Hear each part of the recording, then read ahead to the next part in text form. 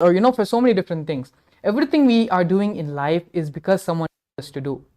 If you had joined us yesterday and we were talking about the gender identity and gender completion, which the Supreme Pontiff of Hinduism gives through the Paramashivam program, even there, one of the major things, one of the major points which we had discussed is how even our gender is not dictated, is not something which we know for ourselves.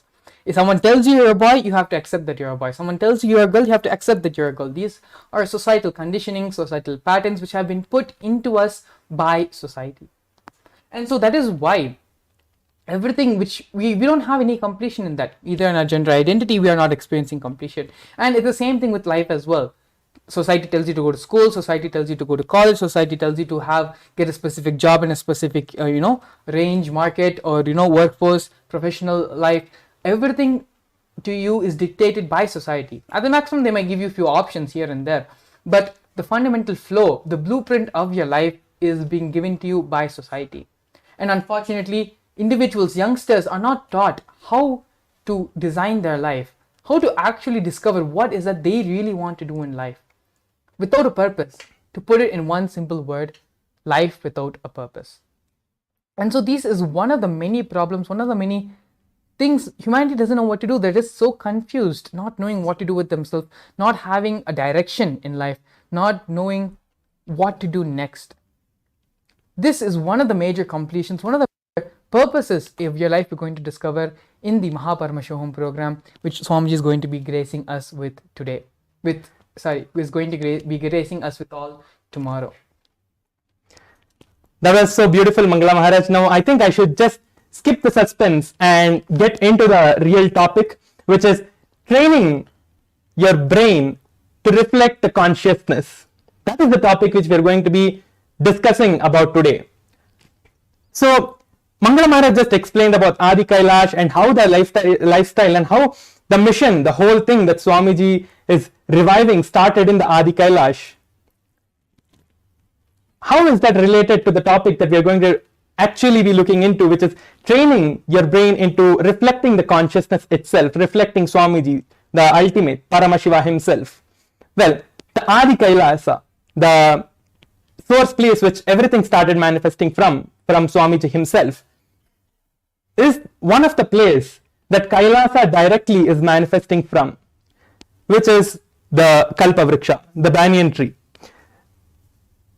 The Kalpataru, which is there as the Nijavatar of Paramashiva, as the living Kalpataru, which is the banyan tree, is Paramashiva himself, Swamiji himself, manifesting in the form of a Kalpataru, meaning a Kalpa as a banyan tree. As a banyan tree, exactly. Yes.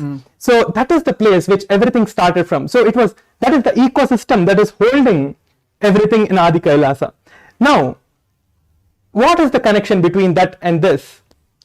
That is what we are going to be seeing now. How is that going to manifest? How is that going to train your brain to reflect the consciousness, Paramashiva, Swamiji himself? Now, Mangala Maharaj, in Adi Kailasa, what is it that we enjoy the most when Swamiji was there? What is it that we enjoy the most in Adi Kailasa? Actually, Adi Kailash itself is such a good experience. In my time when I was there in Adi Kailash, for many different reasons, we used to go and travel, and we would go for awakening programs, or we would go to a different Adinam. We would travel for different things. But only when you come back to Bidadi, only when you come back to Adi Kailash, you feel like it is home. You feel, it just feels, there's a subtle experience that you have when you come back to Bidadi, when you come back to Adi Kailash. And that in itself is such a beautiful experience to have. It's Swamiji, literally his blood, sweat, everything is there in Adi Kailash.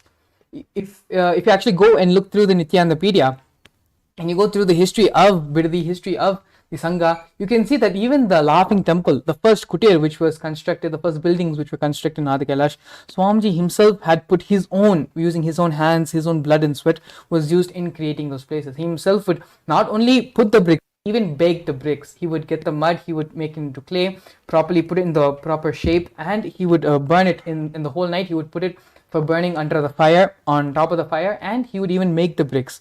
So forget about just even constructing the building, even making the material to make the building itself, Swamiji had done personally by himself. He had done so much of hard work to build Adi Kailash. And so literally you can say that not just in a spiritual sense, but even in a physical, in the reality of our plane, in our physical matter reality, Adi Kailash is literally Swamiji's own extension. Many times Swamiji himself has told that my whole body, my whole extension, Adi Kailash is literally the extension of his own body. And there are like so many experiences. I can just keep on going on and on and on about the different ways how Adi Kailash is special and how Swamiji himself has it's just an extension of Swamiji, the whole Adi Kailash experience, the whole breathing space of Adi Kailash. So many of my own personal skin diseases and problems which I have, they become irrelevant on Adi Kailash. Even if I go and travel to Chennai or some other place, it starts coming up. But then when I immediately come back to Adi Kailash, everything just, after a couple of days, after a couple of weeks, it just disappears by itself. And so Adi Kailash by itself is a kshetra. Many times we have gone over this point and we've told again and again repeatedly. And it's, it's public knowledge. Adi Kailash is a very special kshetra. But it's much more, it just directly, it feels like home. The completion which happens on such a subtle level. You didn't even know you needed to have completion in that place. Very beautifully, actually, yesterday we had a sharing from Jared who shared that you don't know how far you have gone down until you attend the Paramashivam program. You don't even know the different kind of sufferings you're having until you attend the Paramashivam program. It is a literal acid wash the Supreme Pontiff of Hinduism is doing throughout our being, throughout our whole, and inside, outside, everything. The Supreme Pontiff of Hinduism, Swamiji, is just doing an acid wash and completely cleansing our being of any incompletions, any problems, and certain things. It's like when you have a problem in your life, it's like having, there's a certain thing, certain which is not attended to your house. It could be, a smelly slipper, a smelly sock, or a proper sewage which has not been cleaned properly. Initially, you know that the problem is there, but without attending to the problem, by and by, the smell starts growing in the house, and you also become insensitive to the damage which is being done. You start becoming insensitive to the junk, to the dirt, to the sewage which is being accumulated. And so because we have become so insensitive to the problems and the reactions and everything which is happening, and it's not that sewage is just, piling up in a corner of the house. It is spreading, it is creating diseases, it is creating problems, it is spoiling the food which you're cooking in your house. It's creating so many multiple different types of problems. But because we became so accustomed to the sewage, so it's just been there for so long, we forgot to even address it as a problem. These are the different kinds of problems. These are the patterns. These sewages are the different patterns which we are facing in our life, and we have become so, what is the word which I used? So redundant of it. We have become so accustomed to it that we don't even realize that it is there. Yes, Maharaj. So all our viewers may be thinking now that, yes, how is this all related to the topic that we are actually going to be discussing today? How is Adi Kailasa, the great ecosystem which has been built by the Supreme Pontiff of Hinduism himself, how is that going to help us? How is that related to anything in the Paramashivam program that is happening tomorrow and every day till March 1st? They all might be wondering this. Now, let me tell you all that the Paramashivam program is nothing but the whole ecosystem itself recreated, given as the Paramashivam program that all of you have been experiencing, and whoever are watching, whoever have never attended Swamiji in any other program, who have just come to the program, who have just come here and just seeing us for the first time, Adi Kailash is an ecosystem for enlightenment.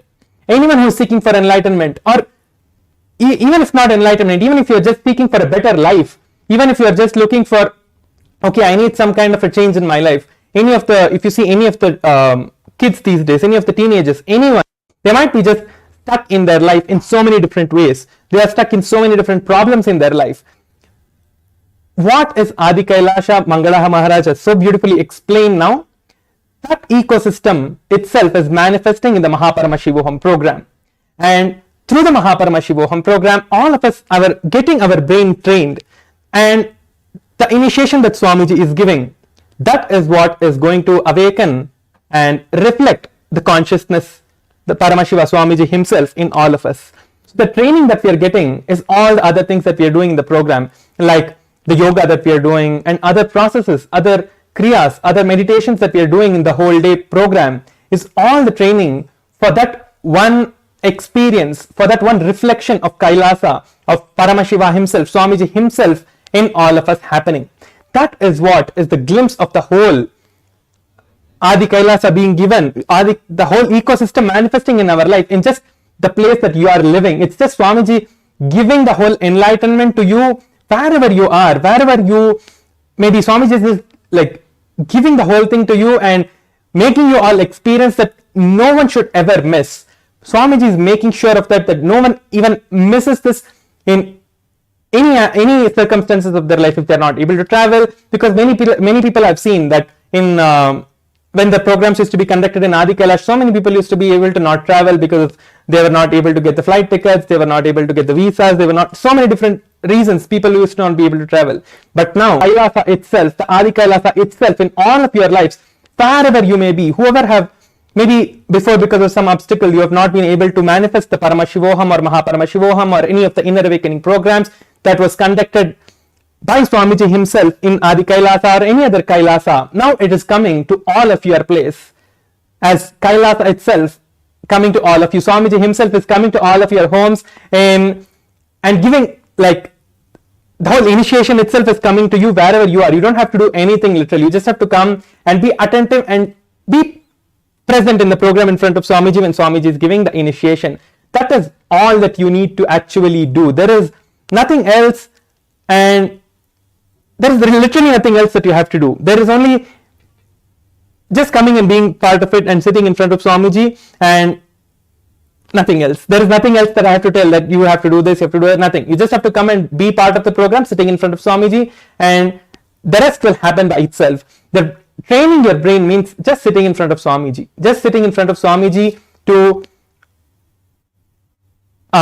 for Swamiji to do what he's supposed to do. We don't know what Swamiji is going to do to us. Everybody, what Swamiji is going to do is completely different. The experience I have, the experience someone else has is completely different. It's never the experience is going to be the same.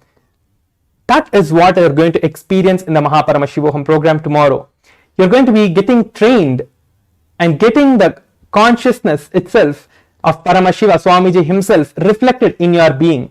So you're going to be manifesting Swamiji himself in your life, and there is nothing more beautiful than this that could happen to anyone. Just to expand upon what Paramashivam Maharaj had shared, today Swamiji is gracing us in the Sarvanya Peetham with the energy and space of the Adi Kailasa Sarvanya Peetham. Like this, every single day, the Supreme Pontiff of Hinduism is going to be coming in that space, in the bhava, in the environment, the Vatavarna of each Sarvanya Peetham. So like today we are having the Adi Kailasa Sarvanya Peetham, tomorrow it's going to be a different Sarvanya Peetham, day after tomorrow it's going to be a different Peetham. And so the same way how Swamiji is bringing these Bhava Samaya Darshans, we're having the Bhava Samaya Darshans for almost a couple of years now. Swamiji has been continuously, regularly giving us various Bhava Samaya Darshans, and that's only being expanding and becoming more and more. So how having the Darshan of Venkateshwara, Darshan of Kalabhairava, of Lingodbhava, having all of them just being manifested in your screen, whether you're watching on your phone or your laptop or your TV, Kailasa is coming to you, Swamiji is coming to you, and that is only being expanded, not just to limited to the deity, to the God that Swamiji is manifesting, but also the Vatavarna, the environment, the Sarvanya Peetham also is being manifested, and that space, the same feeling, energy of that, of whatever the Sarvanya Peetham is, whatever the Pita is, the same energy is coming along as well. And so this is some of the things which you cannot actually, no one else can replicate. This is something which only Swamiji is doing, and only Swamiji can do for all of us, for humanity. I mean, come to think, how many of us even knew about the different Sarvanya Peethams until Swamiji revealed and shared all these great truths, great experiences with all of us. And so in many ways, it is only because of Swamiji we are truly not only discovering Hinduism, but also discovering ourselves. Truly, what does it mean to be alive? What does it mean to have to, to be a contributing member to society? How do we find the solutions to the problems which we are having in our life? For all of these answers, it is only one: Hinduism, reviving the authentic Hinduism, which Swamiji is doing in every possible way, every possible aspect, and in every possible method. And so the topic of today's session, train your brain to reflect consciousness, is nothing but allowing Swamiji to work on you, being in the space of completion, having these right understandings. Actually, very beautifully, Swamiji had shared that in the Agamas, in the Jnana Pada, especially of the Agamas, all the Agamas are divided into 4 parts: Charya Pada, Kriya Pada, Yoga Pada, and Jnana Pada. So in the Paramashiva very beautifully says that to manifest any solution in your life, to solve any problem in your life, There's no need for any technique to be practiced.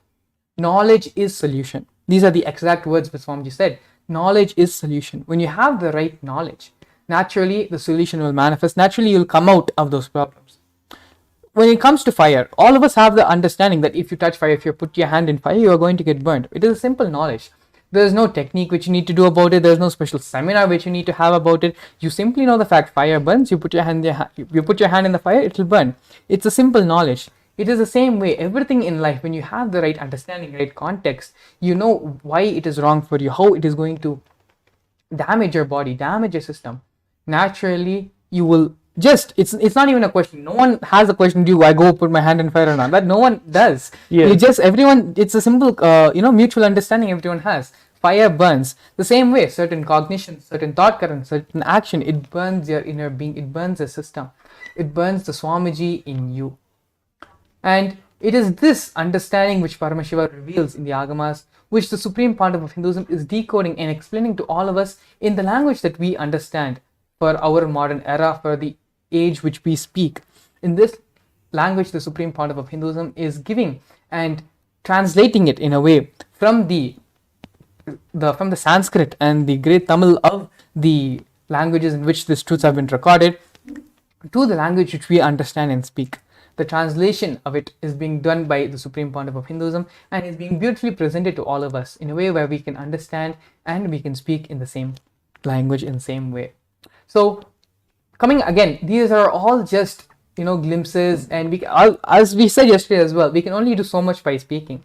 But it is only when you truly experience the program and listen to the experiences of others also who have gone through the previous Paramashivam programs, and they're going to be joining us, and they're going to be sharing on today's segment as well. We have a couple of devotees who are going to be coming and joining us and going to be sharing their experiences about the Paramashivam program. So you don't need to take our word for it, but you can even take people like you who are outside, who are studying, who are working, who have family, who have jobs. The amount of transformation which has happened in their life, in their own words, is incomparable. The amount of possibilities which open up in their life is unimaginable. They will be trying to do one thing, but a possibility, a door, a path, a new way for another thing opens up. Yesterday, beautifully, Tirupaya was sharing. He wanted to do more contribution through the field of yoga. And so when he entered into one step, he did one thing for establishing yoga studio to start enriching people through yoga. He only did one thing, but he saw the second door was opened. And so when he went for the second door, he saw the third door opened. And then from the third door, the fourth, and like that, so beautifully, his life is expanded now. And nothing he did. All he did was attend the Paramashivam program and let life happen from there, let life take off from there. And so Swamiji is coming in the Bhava where he established the Adi Kailas Sarvanya Peetam, created the headquarters, the base for where the mission started. From that Bhava, this Leela is what is going to be expressed through the Supreme Pontiff of Hinduism tomorrow. So for all of you out there who feel that you don't know what is happening in your life, you're not sure what to do next, you just followed the rat race, you just followed what everyone was doing. One sheep jumps over the fence, you're like all the other sheep, you're also jumping over the fence. But you don't know, you're having an inner struggle. What is that I'm supposed to be doing in life? What is my contribution for society? Everyone is becoming a doctor, a lawyer, but what is it that I want to do? What is it that I need? For all of this, the simple answer is coming to the Paramashivam program, attending the Maharaj. program. But Mangala Maharaj, we have not even told the people how to register for the program still. So all of you, please scan the QR code that is being projected over here, and you will get into the Paramashivam program link, and you'll be able to register yourself or just fill your intentions, and we will reach out to you and help you manifest your reality and manifest the Paramashivam program in your life. So all of you now click on the QR code that is being projected over here, and you will be led to the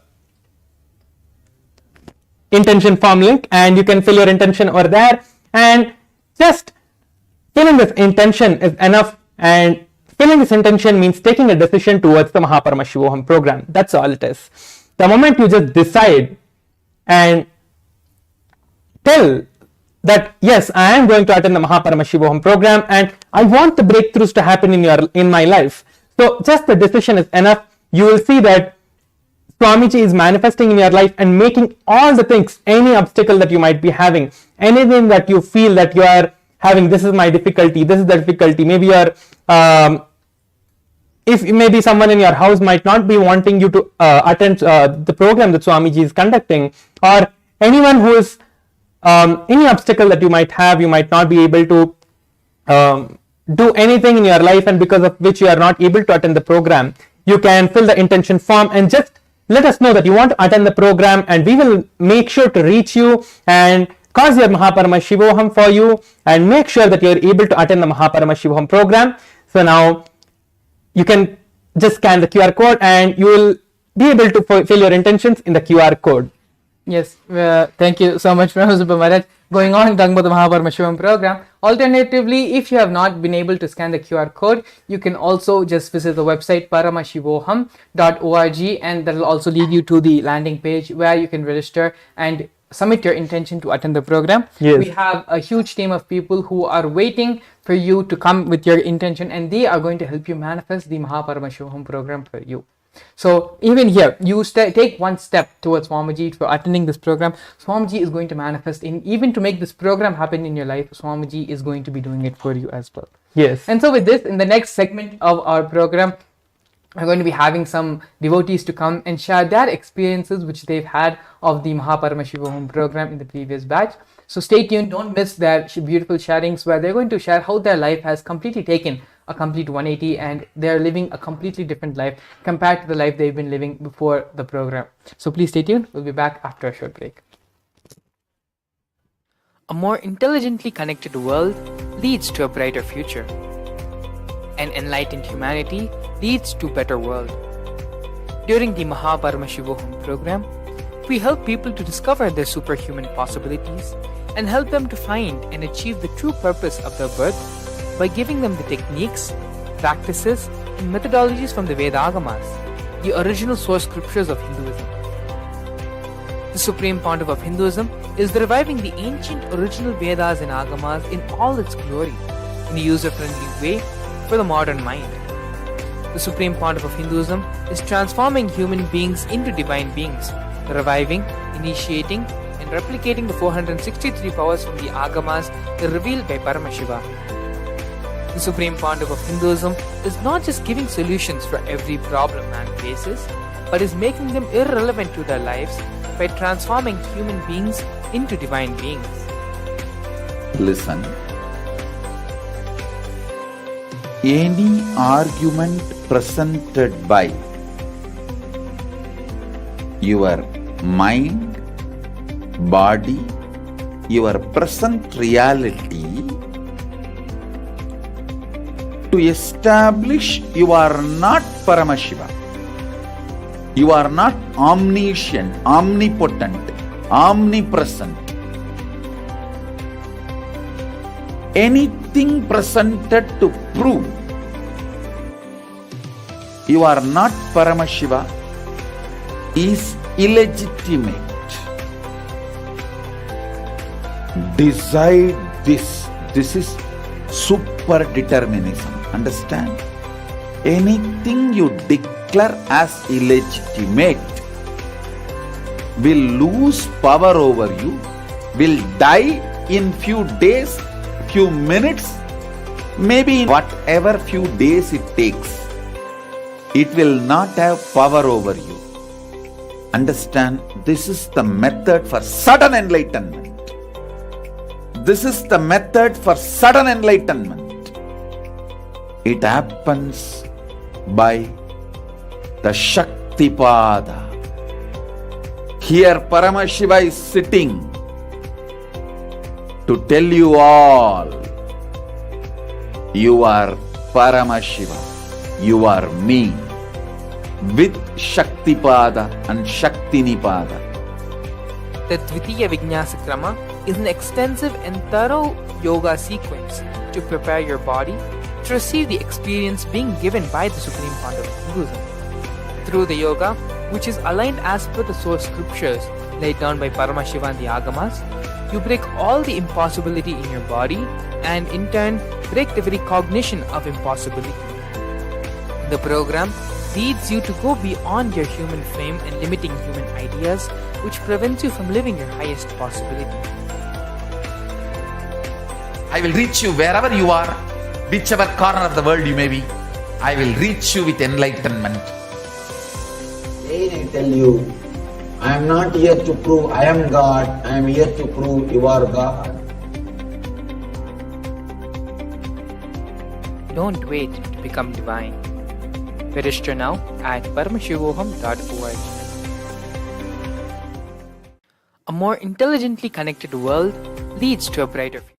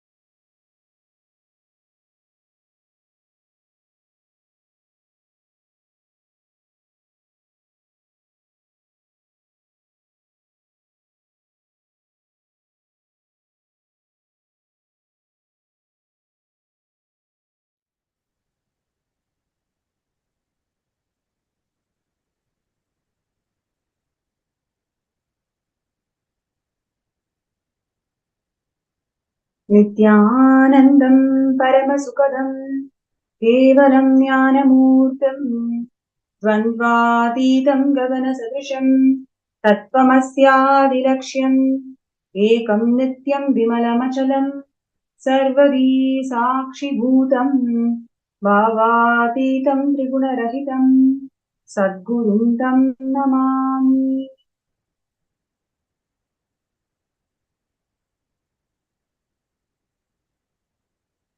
Nithyanandam.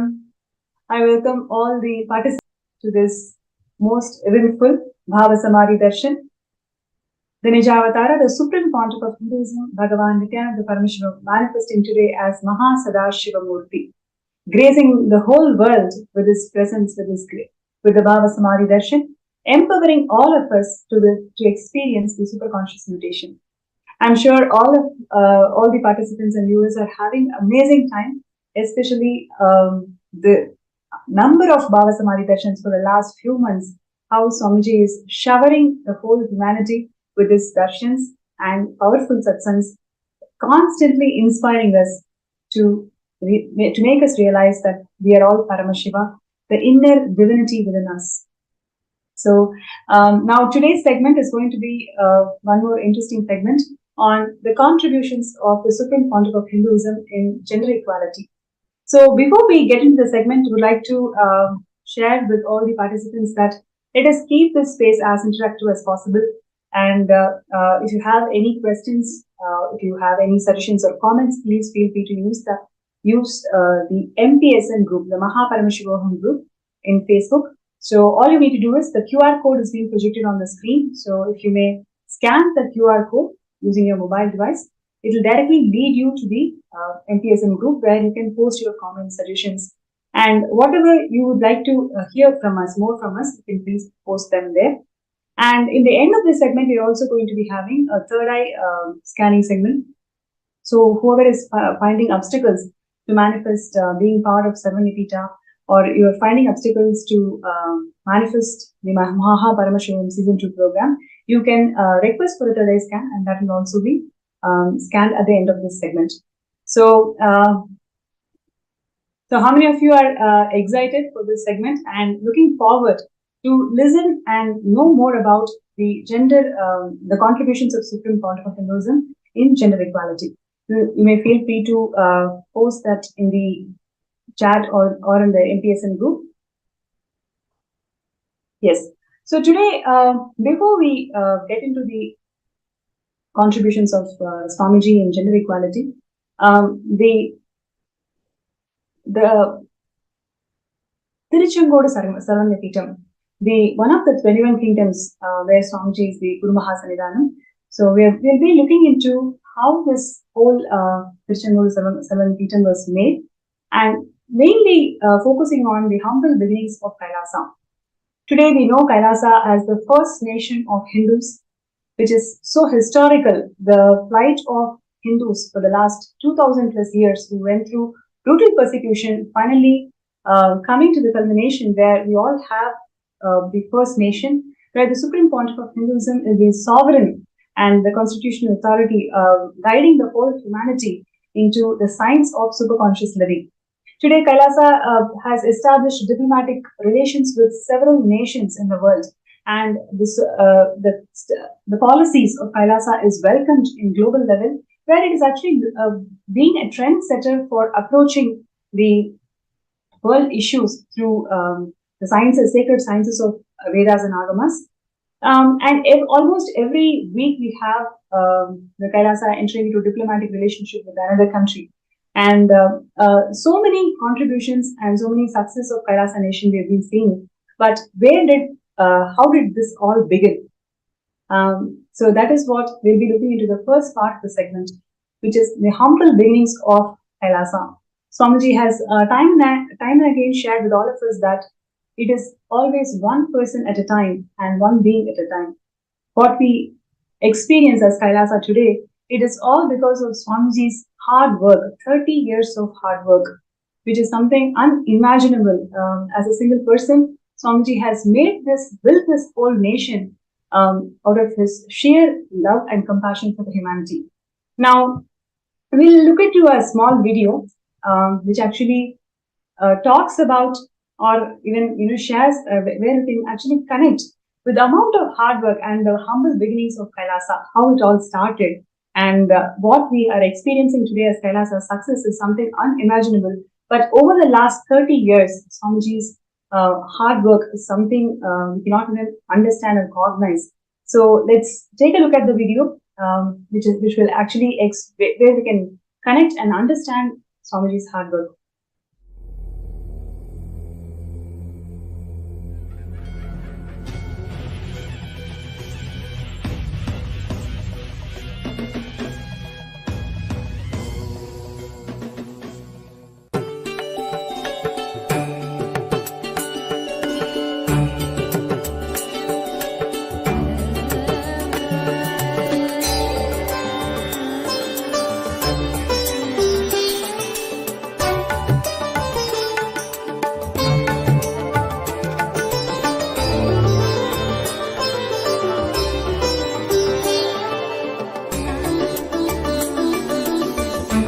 Adi Kailash Kutir.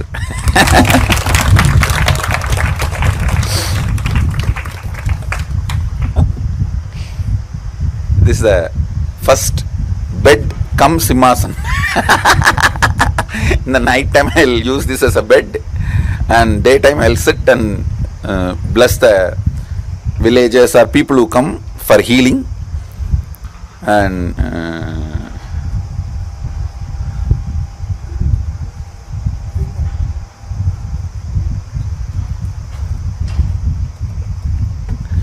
see that shed where the pujari is staying now, that used to be only single wall and just the top. There is no three-side wall.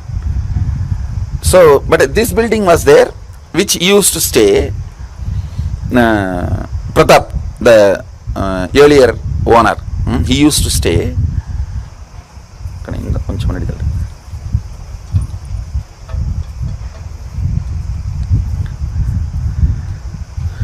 The first time when we printed calendar with banyan tree and Dakshinamurti, in 2003 we printed. Actually 2002 I did the foundation stone. A small bit land was given.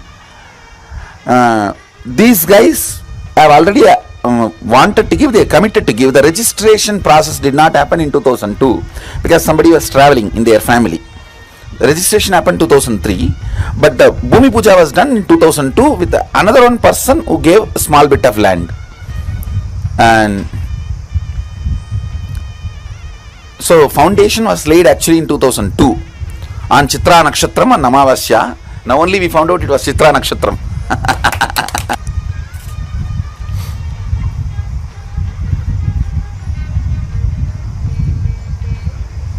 Gurukul can also come and hear the story.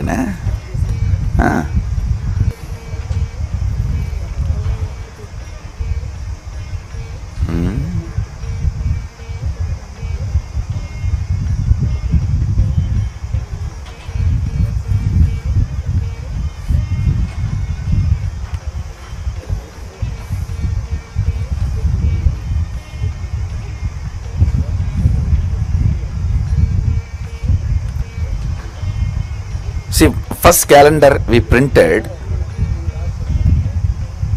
we offered to Dakshinamurti and brought it and stuck to the wall. Still it is there.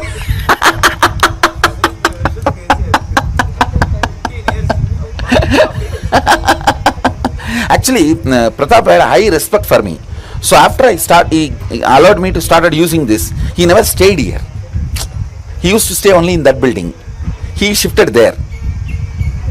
See, first I started staying there for a few days, and then he saw that there was not even shade all these three side and the security things. Then he asked me, Swamiji, you stay here. Then started staying here. He built a toilet just for me, and then once I started staying here, he stopped using it. So if at all he comes, then I'll go and rest there. Used to have that one, that kayar mat cart, the kaitakatal solumilla, kaitakatal kayar mat, rope cart, that kind of a cart here. And then that started giving way. It became a little old. So then I started using this nighttime bed and daytime simhasan. This was the 2-in-1.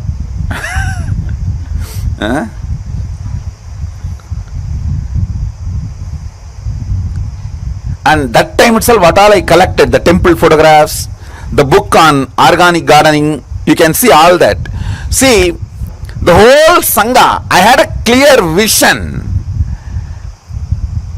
And almost, see, if you get inauguration invitation, that shows very clearly, I go to studio, get the photographer, ask the photography to be done, and then I go to another one studio, Photoshop the whole thing, place everything. It was personally designed by me. Nobody else is there. Designing. Then fun making the CM agree to come. That was, you are sitting CM.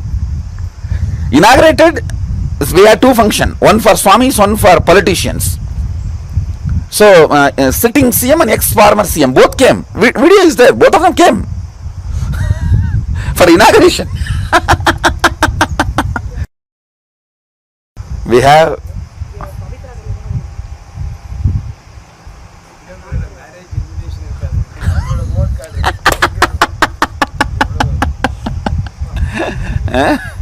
including the blessing cards we gave, everything we have a copy, and car sticker, like an internal gumming from sticking from inside. Ah.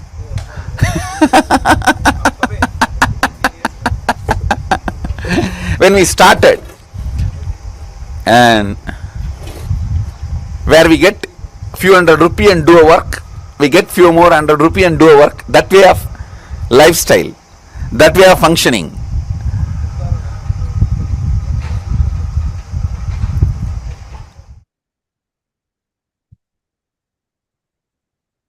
That was such an inspirational revelation by Swamiji, because what we see as Kailasa today, as the first nation of all the Hindus, is out of sheer hard work of Swamiji. Right from like what Swamiji is saying, the sharing 2 decades before, how Swamiji started the whole Kailasa. And in today's segment, we will be seeing the humble beginnings of Kailasa in Tiruchengodu Adi, which is even before this Adi Kailasa sharing. So literally, how Swamiji started his first monastery.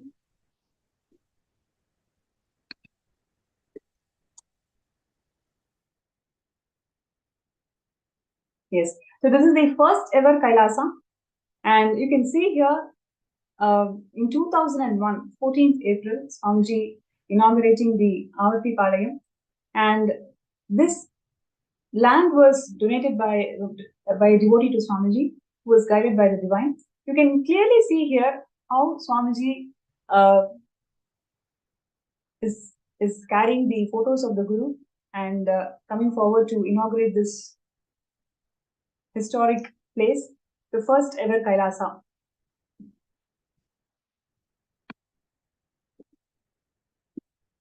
So this monastery is located in Bhavani Sangamam, a confluence of 3 sacred rivers, Kaveri, Bhavani and Amrita. And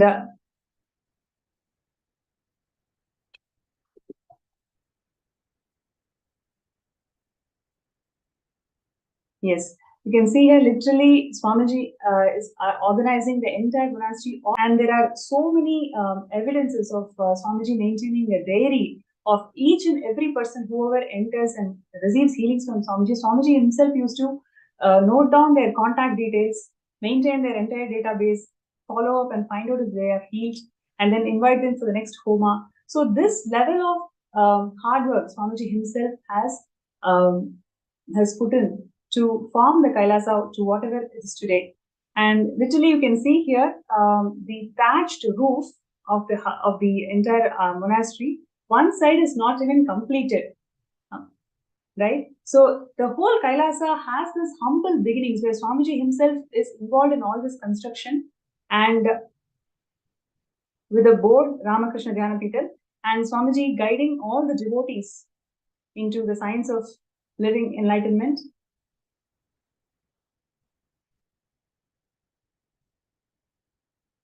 So there was hours and hours Swamiji spent in building each and every person, each and every being. So there are so many evidences where Swamiji has recorded a complete diary of all the people whoever visits the Adinam, receives healing, their entire contact database Swamiji maintains and follows up and ensures that they are healed and invites them for the next puja. And after they come to the puja, how we can develop into Adinamasi. So like that, each and everything Swamiji used to do all by himself back in 2001 itself, literally 2 decades before. And that was the beginning of the first ever Kailasa. And slowly from there to Adi Kailasa and Sivankijam. And then literally Kailasas spread all across the world. And today they are standing as the first nation of Hindus. So one of the important contributions, today's segment, we're going to see one of the important contributions of Swamiji in terms of gender empowerment. Gender equality is one of the subjects that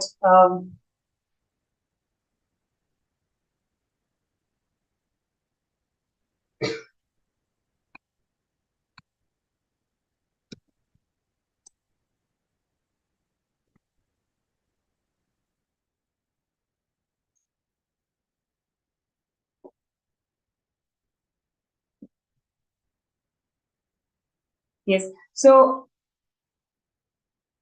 the devastating impact of gender bias in the modern world. So, how the women are treated today. For example, you take the stats, about 200 million children and women experience physical and mental violence today. A study that was published in February 2021 found that women with promising academic careers have limited leadership prospects in workplace, and they also experience sexual and emotional violence in the workplace. It also reveals that females, academic internal medicine hospitalists, face frequent gender based discrimination and sexual harassment in the workplace. And they also receive low pay, fewer benefits, fewer opportunities compared to men. And the pregnant or the nursing women are also ill treated. So there are several issues that we face in today's world in terms of gender equality, and it is not resolved. And even the feminism that we see today, it's not giving the desired results. It's all about competing rather than expression of unique aspects that each gender can contribute to a workplace.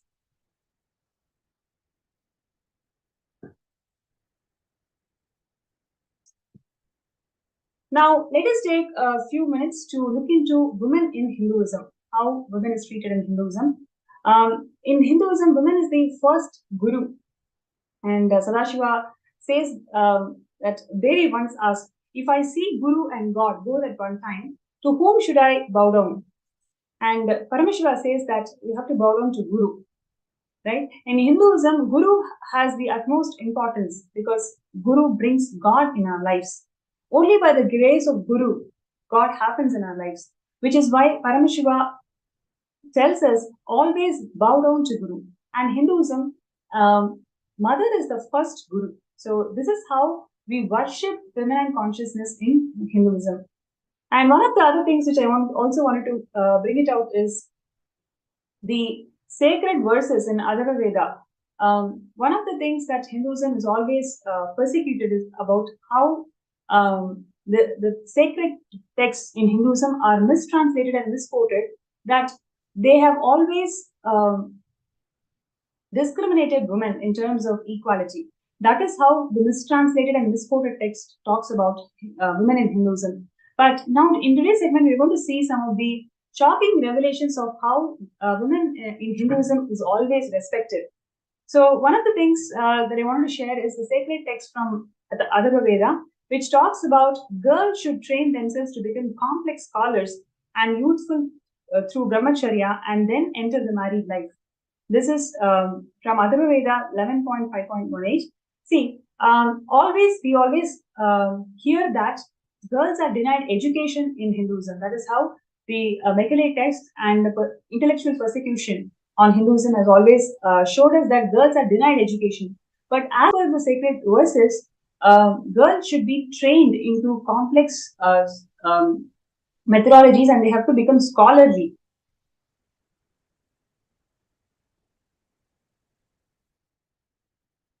So next is parents should give their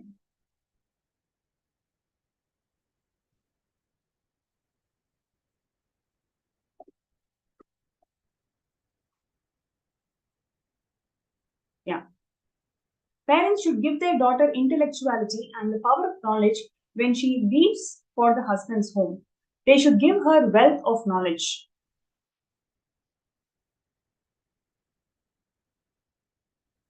And once again, what we are seeing here is husband to wife, give us the discourse of knowledge. Again and again, all these sacred verses shows that Hinduism always promoted, in fact, revered women's knowledge and always empowered women with knowledge. O women, you strength of prosperity and wealth. O women, you are the keeper of knowledge of all types, which is karma. So this is how a woman was treated in Hindu kingdoms and Hindu society.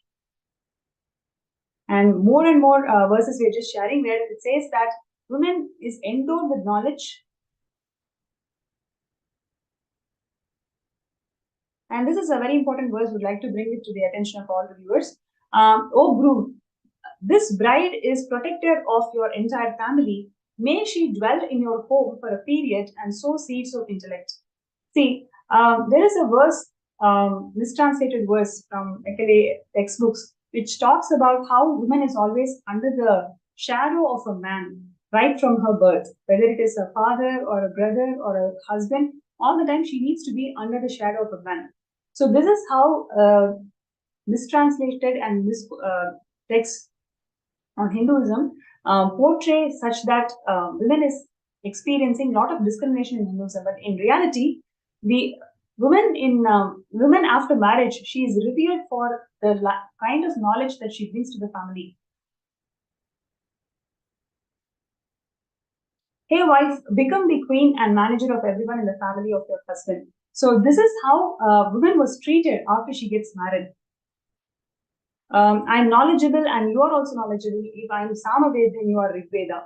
So literally, we can see all these sacred verses talks about the intellectual knowledge that the woman carries and how she is revered by the entire society.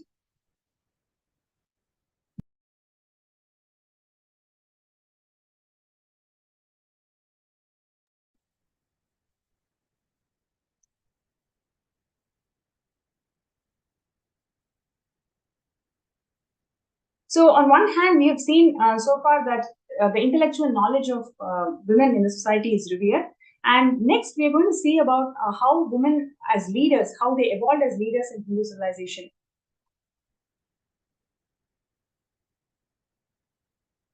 So one more sacred where a woman is sharing that my destiny is as glorious as the rising sun. I am the flag of my home and society. I am also their head. I can give impressive discourses. My sons conquer enemies. My daughter illuminates the whole world. I myself am winner of all enemies. My husband has infinite glory. I have made these sacrifices which make a king successful. I have also been successful. I have destroyed my enemies. You can see how powerful a woman used to be in Hindu kingdoms. Women should take part in legislative chambers and put their views on forefront. And in this mantra, it is enforced that wife or ruler should give education of politics to others. Likewise, the king should do justice for the people and queen should justify her role. So in every level, whether it is a woman in the society or in the kingdoms,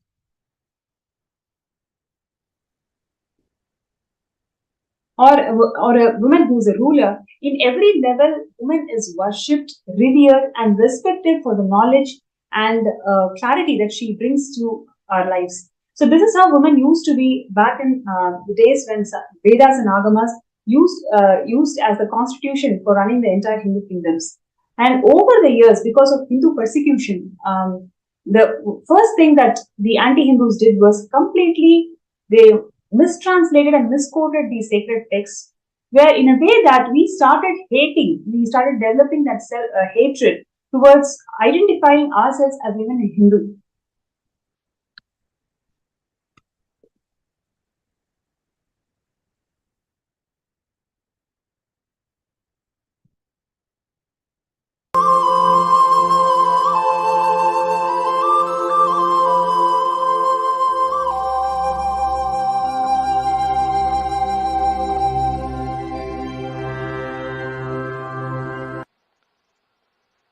If you awaken the third eye, you don't have to go through, if you work on the third eye, you don't have to go through the regular, usual, logical system of thinking to come to a conclusion. That is why, from the time immemorial, women of India are asked to work on the third eye. She is like a counselor. She is like a counselor. Always the husbands, they come back in the evening and put all the business problems in front of her, get her ideas and opinion and counseling. She was respected because constantly she works on her third eye. There are so many ways to work on the third eye. That kumkum or the bindu which you are using is also one method. And concentrating on the lamp. If you see a traditional Indian woman's life, it's nothing but working on third eye. whole day, their lifestyle is nothing but working on third eye. They are knowingly or unknowingly, they work on the third eye. And moreover, women by very nature are intuitive. They are very intuitive. Just by seeing somebody, they can tell where he is looking, what far he is looking. Because the intuition is a basic need for them to protect themselves. From the young age, they have to develop that intuition to protect themselves. It is not a luxury for them, it is a basic need for them. So just one glance is enough, where this guy is looking, what far he is looking, what he is thinking in the mind. You can't escape from women's intuition. But sometimes they are so graceful, they let you think that they don't know. They just let you play your game. They do not want to be too much on you. But one thing I can be sure, the intuition power of women is lot more than men by the very nature. Second thing, the techniques traditional Indian women practice, like kumkum or every day sitting in front of that lamp and meditating on it, all these things are techniques to awaken the third eye.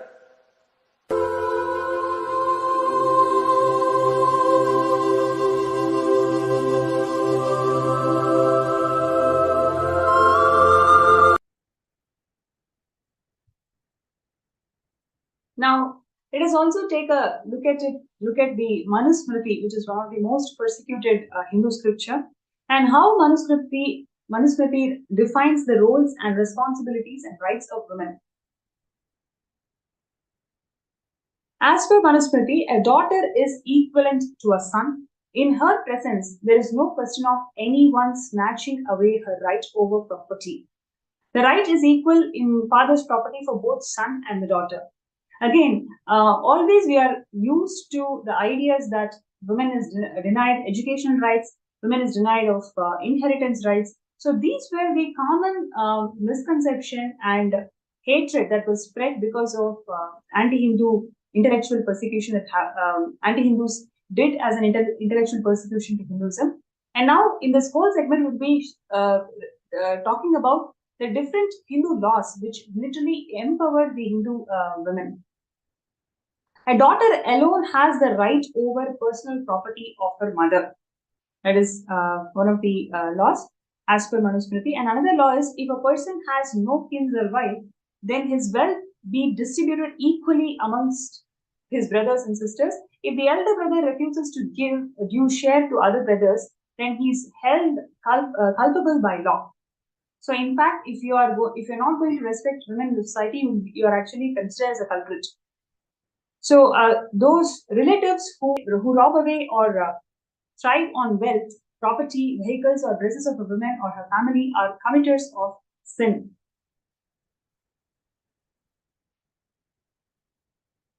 So, Hindu CRPC section 8.28. So, if a woman is alone because she has no children or no men to provide for her security in her family, then it is a duty of the government to ensure her safety and security. If a wealth is robbed by her relatives or friends, then the government should provide strict consequences to the culprits and have her wealth returned back. So this amount of social security was provided to the Hindu women those days. And as per Hindu Puranas, there is this beautiful ritual of Tulabharam where Bhagavan Sri Krishna on the golden throne, sat on a golden weighing scale, and his wife Satyabhama puts lots of gold jewels and coins to show her love towards Bhagavan Krishna.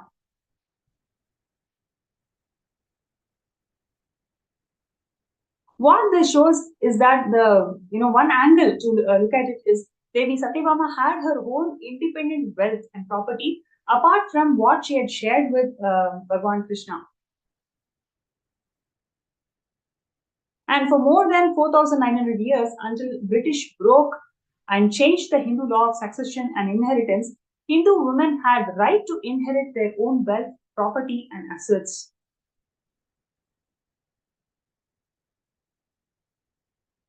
And to protect the interest of their knowledge, interest of their daughters after marriage, Hindu kings and fathers would give huge shares of their wealth to their daughters, which they would exclusively own. And as per Hindu law, it could not be taken away from her. But this was but this was misrepresented as the dowry system. Please understand, this wealth that the woman carries from her parents, it is completely given to her, and she should not be sharing that wealth with others. So this is given as a security for her own life, not as I have to give this to get rid of my daughter from my family. That is how the misconception is always spread in the society about women.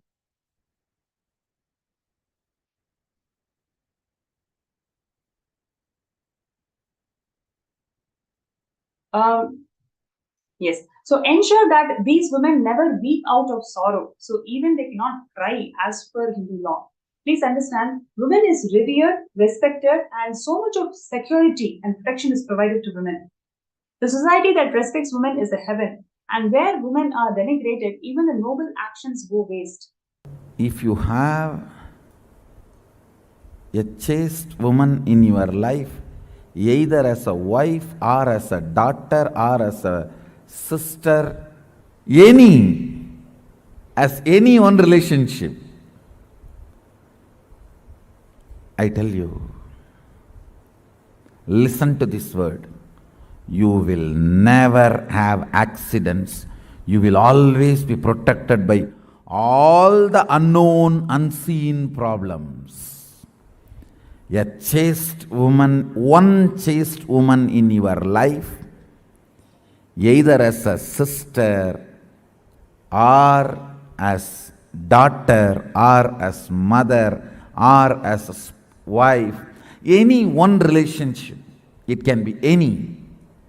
If one chaste woman is there in your life, you will not have any unknown, unseen problems. The whole cosmos, grahas, will simply protect you. You may think I am giving two big mystical words. Understand, I believe that. I myself a believer of this truth.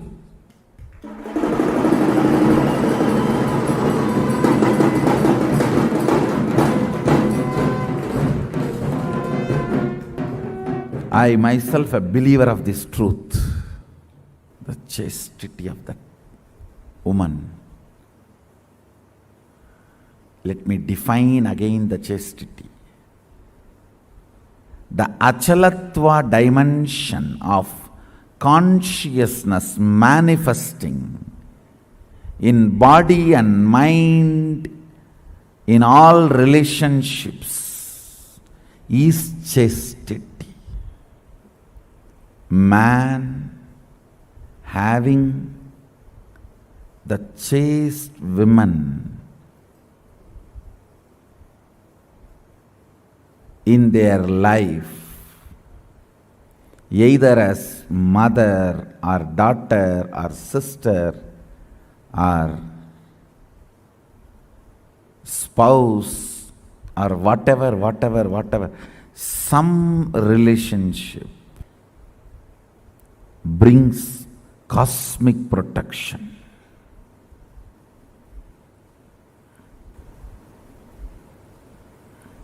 You don't know the power of it. Maybe I'll have to have few days satsang just for that. Just for that. I think it is my responsibility to reveal the sacred secrets of chastity in every dimension.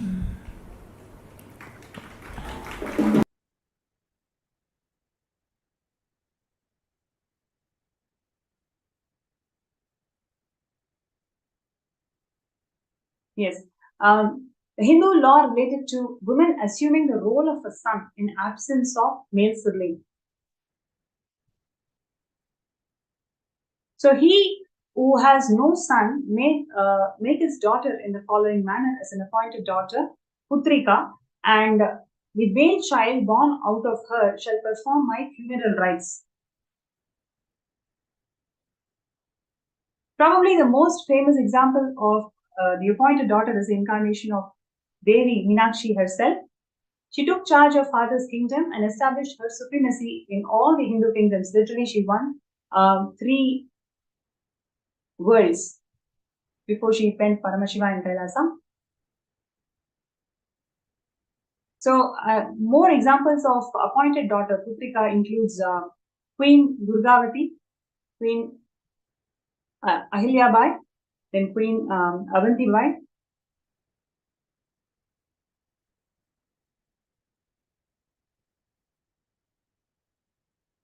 and then we also have Rani Lakshmi Bai.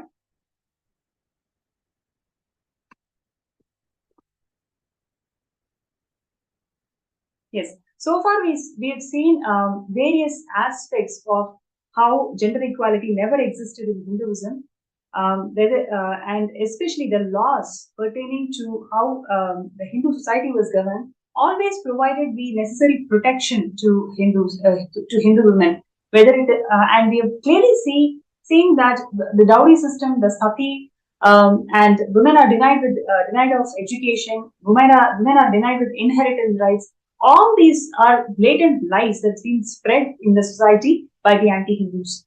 And now in the next segment, we're going to see one of the most persecuted traditions of Hinduism, which is the Rudra Kanya tradition, which is actually called as a Devadasi's tradition, which is completely persecuted and spread lots of lies about it. So now we are going to see the Sarvaparitraga of Vellayammal, who used to be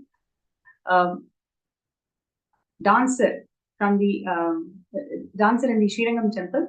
And in the Tamil month of Vaikasi, the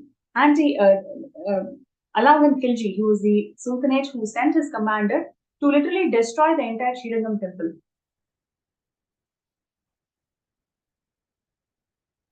So in this attack, literally they killed about 13,000 Hindu men, but the sacrifice of 70 Devadasis literally saved the entire Srirangam, and especially the main deity, the Nambarmal, was protected because of the sacrifice of 70 Devadasis who were led by Vellayammal.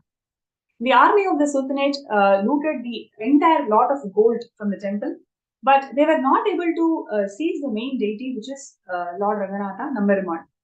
So at that time, what happened was Vellayammal, who was the Devadasi, she seduced the Sultanate king, and she took him to the tower, top of the tower, and from there she pushed him from the top of the tower, and she also committed she also self-immolated, literally.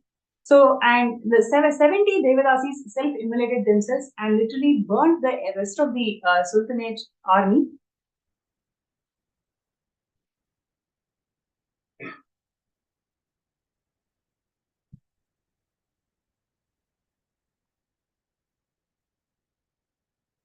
So it is because of the ultimate sacrifice of Vellayammal and the 70 Devadasis, which literally saved the main deity, Nambarumal, today. So it is not a laziness or it is not huge violence. It is actually the ferocious Tyaga, strategic Tyaga that these Devadasis exhibited those days, which saved this entire enlightenment ecosystem for us today. So, hailing Vellayammal's sacrifice, the chief of Vijayanagara forces away the Sultanate forces, named the tower after her. So, this tower always used to be colored in white. It's painted white. And even till today, on Adi Amavasai day, a homage is being performed on behalf of all the 13,000 Vaishnavite Hindu warriors who left their body, and the 70 Devadasis who sacrificed themselves to protect this enlightenment ecosystem of Srirangam. So the so-called gender equality that we are seeing today is actually infused in the Hindu kingdoms by anti-Hindus. It is not the Hindu scriptures. It is actually anti-Hindus who infused this level of gender inequality. So when facing defeat in the war, Indian royal women committed mass self-immolation by jumping into huge fire of fire. This was done to protect the purity of their body and the DNA and to avoid capture, sex enslavement and rape by any foreign invaders. So they had to protect themselves from this anti-Hindus and these invaders, not because it was told in the Shastras that they have to go and immolate themselves in the absence of husband. So Rajput women burnt their bodies rather than drinking poison because even after their death, they didn't want their bodies to be touched by any men. So simultaneously, men would tie an orange cloth on their head and ritually march into their battlefield, fighting much larger army until death. Traditionally, the war is called Sakha. So far, we've seen a glimpse on how the Hindu women are empowered in the society, whether it is in terms of education or property inheritance or the administration skills or how they protected and held the whole ecosystem together with their strategic tyaga. This is what we have seen today. And Swamiji has literally revived all of these aspects, whatever we are talking about, how women used to be empowered in Vedic era. This is exactly how Swamiji revived this entire tradition. And today we are in the world where we are literally experiencing 300 plus million girl children and women are experiencing sexual enslavement, sexual violence in the workplace and elsewhere. So, but Swamiji has revived Hindu feminism and made us all experience what is feminism in its true sense. So what you're seeing here in Kailasa is something so beautiful, like where all the children are allowed to are participating in the arts, whether it is singing, dancing. Most of the leadership positions in the Kailasa, Swamiji has empowered the women to uphold. And here you're seeing that women are encouraged to do chanting, abhishekam, and participate in the temple rituals. Swamiji has conducted several women empowerment workshops, right, for the last 2 decades, in fact. And so what you're seeing here is the pictures from women empowerment workshops that Swamiji conducted back in 2008. And Swamiji even launched 108 women empowerment centers all around India.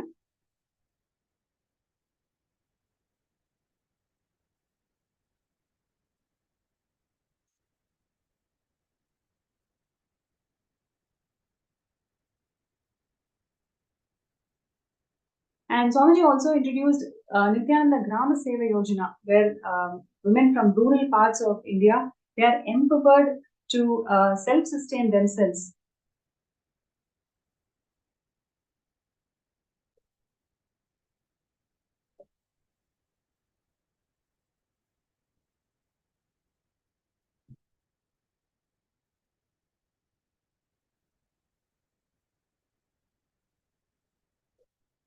So you can see here free medical checkups for rural and indigenous women in Adi Kailasa.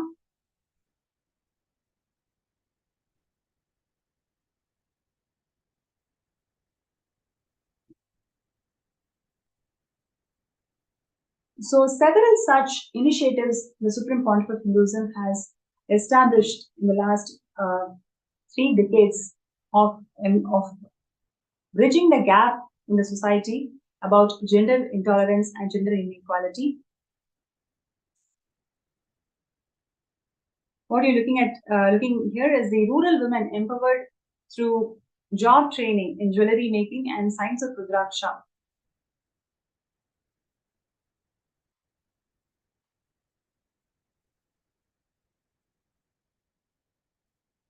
Kailasa also offers spiritual and mental well-being counseling to rural and indigenous women.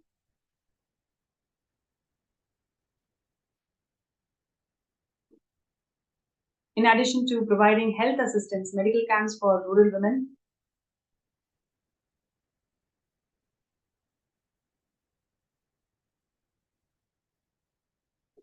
They also train for labor and trade through agronomy, farming, cultivation, and agriculture.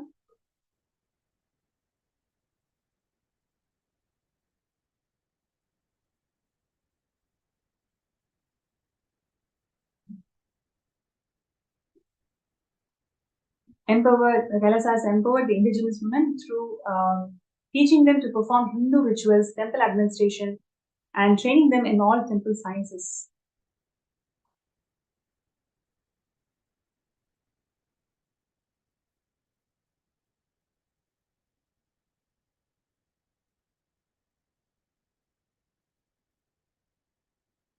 So far we've taken a short glimpse of various contributions that Swamiji has done to bridge this gap in the society where women feel suppressed and devoid of rights in today's world. How Swamiji has empowered the divine feminine consciousness in all the women and literally revived the way how women used to be treated in Vedic era, whether it is in terms of excellence in education, empowering them in administration, empowering them in inheritance of inheritance, and empowering them in expressing themselves through arts and tyaga, the undeniable tyaga that woman is always epitome of.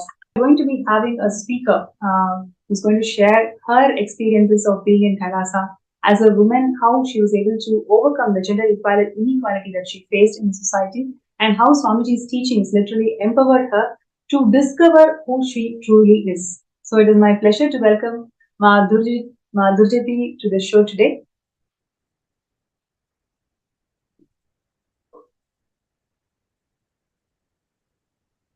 Nithyananda. Yes, Nithyananda. So first of all, thank you so much for joining the segment today. It is my pleasure to welcome you. And like I mentioned to all the participants and viewers, you've definitely gone through a lot before meeting Swamiji. And after meeting Swamiji, you can you can definitely see the changes and the confidence that you radiate as a being, as a woman in the society. So, would you like to share an insight about how it was for you to be in the society before you met Swamiji, and how the teachings of Swamiji empowered you to face the society and be sure of who you are? I knew from a young age I was different. And throughout my life, I just felt like I didn't quite fit into the world, and I felt somehow, somewhere out there, my tribe is out there waiting. And it turns out it's you guys. I've been, an LGBTQ woman since a very young age, and as a woman, we go through our struggles, our ups and downs, wanting to feel safe, having trouble feeling safe, and you add the layer of also being LGBTQ plus on the spectrum of that. It's another layer of challenges you have to deal with, and I struggle to find my place in the world. But before I knew what Tiago was, I strongly feel that's what I expressed throughout my life. And ultimately, that's what led me to finding Swamiji and finding that place where I no longer feel that I don't fit in, like I found the right place. I was completely accepted, celebrated, and respected as a woman, and who I am as an LGBTQ woman. Wow. Would you like to share how Swamiji's teachings and Kailasa empowered you to be assured of this identity and also enrich the whole world about being confident about who you are?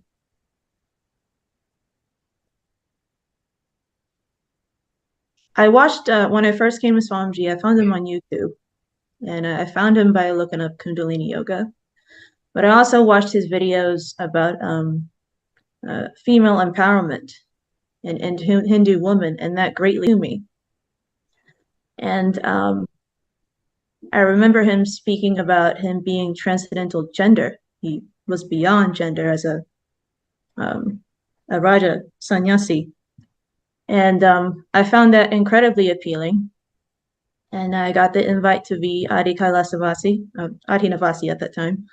And I came straight away. I wasted no time coming to India. And I was still learning about Swamiji and Hinduism's views on LGBTQ and women as well. And I had an open mind coming in. Like, see, Swamiji was my absolute very first introduction to Hinduism. I did not know Hinduism before him. So I was eager to hear how he would his teachings and what Hinduism teaches about LGBTQ. But while I was there, I noticed, like, wow, there's so many powerful, intelligent women here, and the majority of his leadership were women. Many sannyas, many grihastas, many mothers, grandmothers, even like young teenage girls, incredibly intelligent, powerful young women, like 16, 17. They already had leadership roles and they were rocking it. And I was so thoroughly impressed. And I remember just a few weeks into being Adi Navasi, he spoke about the LGBTQ views and mentioned how we're actually respected, celebrated, and revered in Hinduism. And he started talking about the 11 genders. And I was just floored. And I'm like, see, I mean, I already knew this was the guru for me, but then I definitely knew that he was the guru for me. And Hinduism was absolutely a place I could go home. I was no longer orphaned. Hinduism was absolutely the path for me. Swamiji was the guru for me. And there was a place in Kailasa for me in my own unique path. And I was empowered and celebrated and accepted by many around me, and many like me as well. And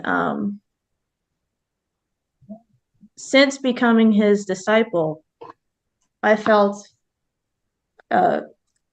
incredibly empowered over the years, incredibly confident, like more sure about who I am.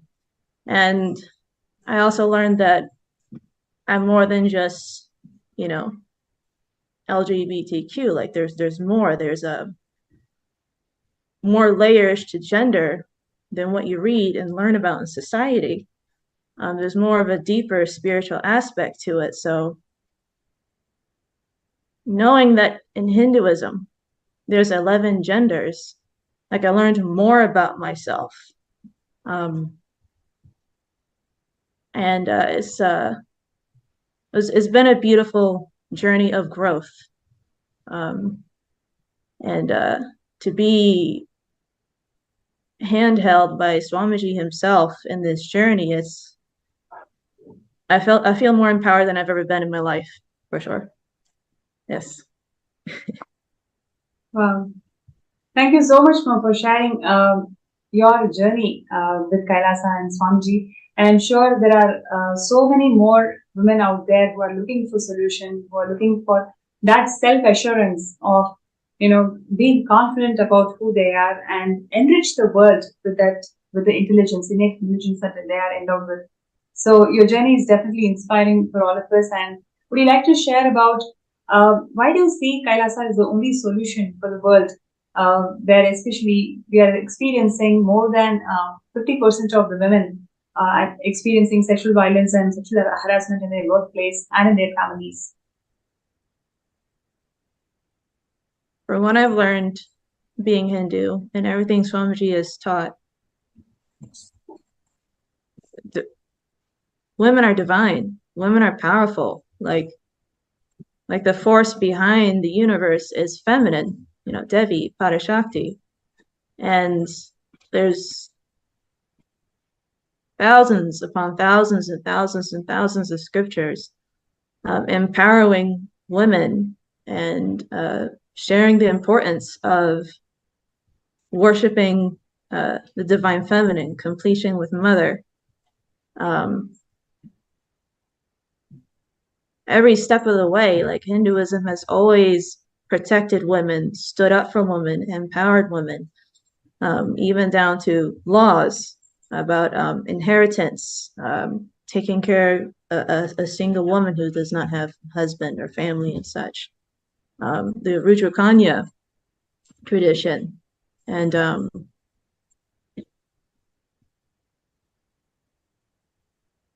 it's like it's in Hinduism, it's all encompassing. It protects and looks out for women in every aspect of her life. She doesn't have to pick and choose. You know, look at this, you know, especially as a LGBTQ woman, like all of me is accepted, all of me is respected and celebrated. And the laws are meant to protect me too. And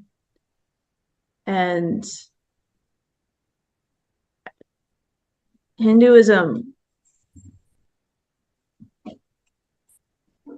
celebrates every aspect of a woman and makes sure that it cares for her, protects her, and empowers her in every single way. She is completely revered. As every woman in Hinduism is a form of Devi, Parashakti. And the scripture, the worship, is what it seems like it's all about. You have to see and respect every woman as a form of divine mother, a form of Parashakti. And every aspect of it, medical, legal, social, political, the worship aspect of it, it's all to support a woman in Hinduism. And in Kailasa, Swamiji embodies that in every level. And I feel it will provide support for a woman unlike any other organization or body or government you've ever seen out there in the world. I feel it'll be on the cutting edge of women's rights, like beyond. And it'll be an example to the rest of the world, I feel, that how to revolutionize women's rights, you know, for all women. That's what I feel. Yeah, thank you so much, Gurjyoti, for sharing your journey with Swamiji and your journey with Kailasa and how it has empowered you. Thank you so much for joining our segment today. Nithyananda. Nithyananda. Dear viewers and participants, that is the journey of Gurjyoti, and there are so many more millions of women out there who's looking for a solution, who's really looking for some voice, some support that can empower them, that can assure them who they are, and that can make them powerful, feeling empowered about their existence as women in this country. Swamiji has revived the Hindu feminism in all its senses, whether it is in terms of empowering them emotionally, physically, and spiritually. So Kailasa stands as a testimony of how women can be empowered and how women can express their all their abilities as how a Hindu woman used to. So the need for Kailasa is where literally every single one of us can feel that assurance, can feel that empowerment, where who you are, who you truly are. In a society where there is so much of judgment, so much of abuse, so much of harassment, Kailasa stands as a pillar of support for all the women out there. So if you feel so connected to this cause, to help, to empower, to enrich all the women out there, it is an opportunity for you to be part of Kailasa. Sarvanyapita is a project where all the various initiatives of Kailasa is supported. So by you becoming a Sarvanyapita Ejaman, you are becoming part of Kailasa. Now, we are looking for seed money for building the infrastructure of Kailasa, and Maha Kailasa is going to be open this year. So we welcome each and every one of you to join this moment where we can all become part of Maha Kailasa and open the Maha Kailasa for the whole of the humanity to be part of it. So all you need to do is join. You can file your intention in skshjp.org/contribute.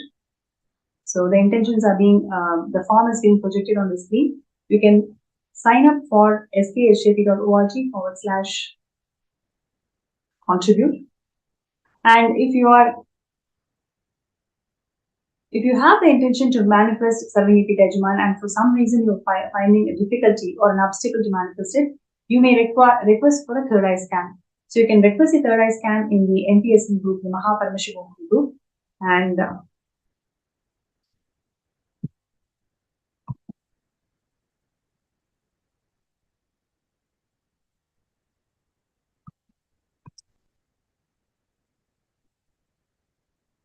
also would like to hear from the participants today. So many of you are women, and you have definitely connected with various other women in your society, in your office place, how they feel about themselves, how confident they are able to move and express themselves in society, you very well know. But on the other hand, after Swamiji has given all these initiations and powerful cognitions, how you are handling the society should be very different than how they handle it. So we like to share your thoughts and your cognitions on how women empowerment is being supported by Kailasa and Swamiji in a big way.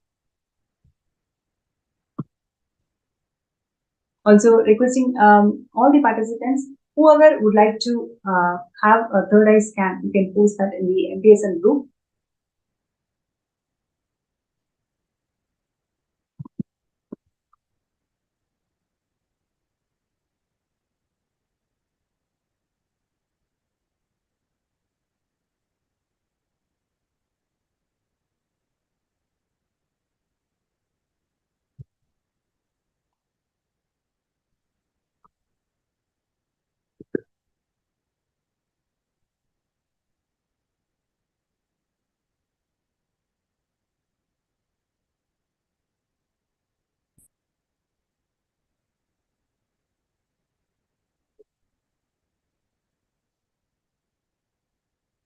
Yes. So Yang Lin requested for a scan. Right. So I request you to be seated and chant Mahavakya.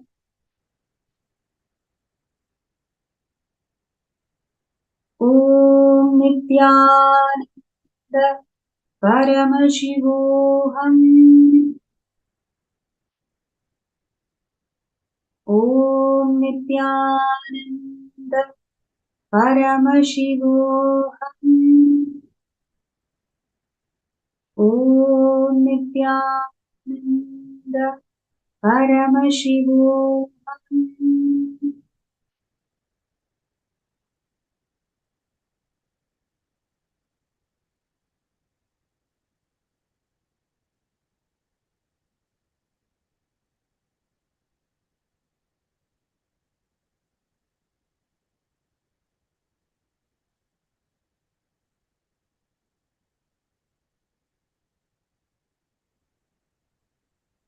Ma Yanglin. So, I would like to share what Swamiji revealed in third eye. First thing, the ideas that you carry about life, right? The very idea that you carry about life, which is the intense hatred that people have for you. It is a perception you carry about life. Now, today, decide that it is just a perception. It is really a perception that people hate you. People have nothing to do about who you are and what you are doing. It is actually your perception which makes you feel that people hate you. So, Yanglian, today, throughout the day, all the exercises that we will be doing today, focus on this life cognition that you are carrying. Because of this life cognition, even in the places where you are expecting wealth to manifest, where you have given money and you wanted the people to return the money, or where you wanted to manifest well. In all those places also, this very cognition that you carry about life, right? It is literally stopping that abundance to flow through you. So now today, take this entire day, sit and write down all the incidents wherever you felt this intense hatred from life. Complete with all of them. And of course, today's darshan, Swamiji is going to burn all of these limiting cognitions that you carry about yourself and life. Intensely connect with Swamiji and pray during the darshan for you to experience healing, for you to experience auspiciousness from life. So, with this, I would like to share with you, moment you start completing with this life cognitions, you will see wealth starts happening in you, and you will be able to make it happen.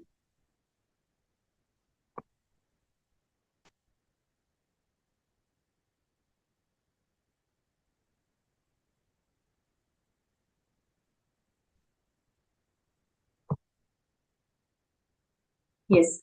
So with this, we come to the end of this segment.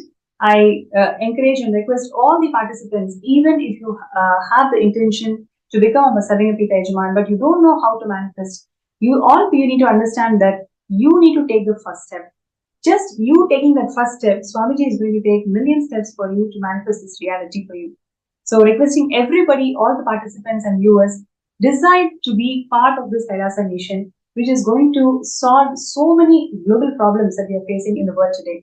Kailasa is the only solution that the humanity needs, and Swamiji is reviving Kailasa exclusively for all of us, and he has descended as incarnation of Paramashiva to revive Kailasa and bring back the glory of Hinduism, which has time-tested solutions for all the global problems that we are facing in the world today. So with that note, we'd like to end today's session with the Purna Mantra. Om Purnamadah Purnamidam Purnat Purnamudachyate Purnasya Purnamadaya Purnamevavasishyate Om Shantihi Hari Om Tatsat Sarvam Bhagavat Shri Nithyananda Paramashiva Padukarpanamastu. Om Nithyanandam.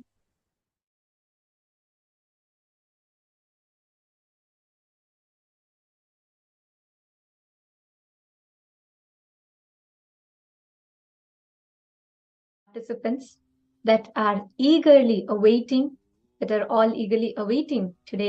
Bhava Samadhi Darshan.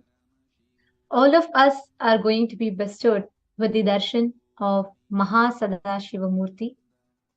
We are going to be having the divine audience with Paramashiva himself, where all of us invariably, whatever walk of life you are from, or whatever space that you are right now in, nothing matters. Whether you're stuck in some issues, or you're stuck with something inside you or outside you, none of these matter, because all of us are going to enter into the Bhava Samadhi. All the live viewers that are watching us on YouTube and Facebook, if you want to be a part of this live Bhava Samadhi that's happening, you can avail this opportunity by signing up for Mahaparamashivoham, because in Mahaparamashivoham, right now, in just a few more minutes, we are going to be having a very, very special darshan and a very special session directly with the Supreme Pontiff of Hinduism himself. So thank you so much for all the viewers that have joined us. Anybody that wants to be a part of this is the call for all of you. Join us for Mahaparamashivam. And every day we are blessed with various different darshans and exclusive sessions with the Supreme Pontiff of Hinduism. Yesterday, Swamiji had a very powerful session, just one session, which is equivalent to 10 Mahaparamashivohams.